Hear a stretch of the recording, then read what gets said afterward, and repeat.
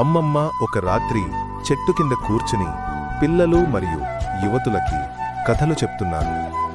ఆమె చుట్టూ సన్నని చలికాలం, ఆకాశంలో మంత్రించిన చంద్రుని కాంతి. పిల్లలు చాలా ఆసక్తిగా, పిల్లలు, నేను మీకు ఒక కొత్త మాయదీపం కథ చెబుతాను. ఒక చిన్న యువకుడు నది దగ్గర ఆడుకుంటూ ఉండగా చేతిలో ఉన్న దీపం జారిపడి నీళ్లలో పడిపోయింది. ఆ దీపాన్ని తీసుకురావాలని ప్రయత్నిస్తే అతను కూడా జారిపోయి లోతైన నదిలో మునిగిపోయాడు. కానీ అద్భుతం జరిగింది. అతడు మత్స్యకన్యల లోకానికి చేరాడు. అక్కడ ఒక అందమైన మత్స్యకన్య వచ్చి, బాలక, నీ నిజాయితీ మనసు నాకు నచ్చింది.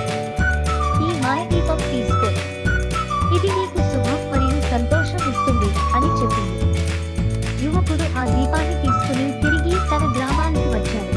గ్రామంలో అందరికీ ఆ మాయదీపం గురించి చెప్పి దాని వెలుగుతో అందరూ సంతోషంగా జీవించారు.